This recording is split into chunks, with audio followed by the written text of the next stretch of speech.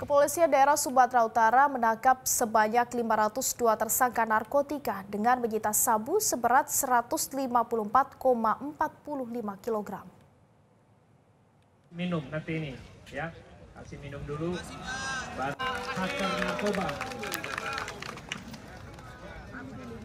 Pada Selasa siang, Polda Sumatera Utara menangkap sebanyak 502 tersangka narkotika dengan menyita sabu seberat 154,45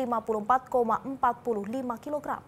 Ratusan tersangka ini diduga kuat merupakan pelaku penyelundupan narkoba yang memiliki jaringan internasional yang sudah terstruktur.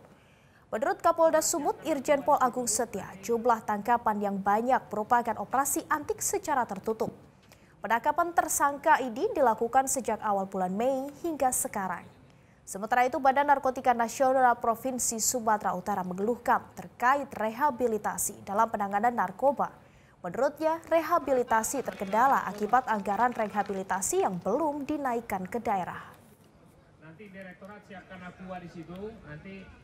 Nah, jadi kalau kemarin kami belum bisa memberikan penjelasan karena operasinya sifatnya tertutup.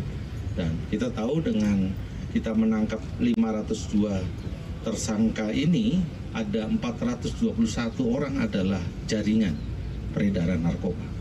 Dan kita kemudian bisa melakukan penangkapan ini dengan sukses karena kita lakukan dengan cara yang tertutup, dengan cara yang smart untuk kemudian kita bisa mengarah para pelaku jaringan yang lebih kita. Jelajahi cara baru mendapatkan informasi. Download Metro TV Extend sekarang.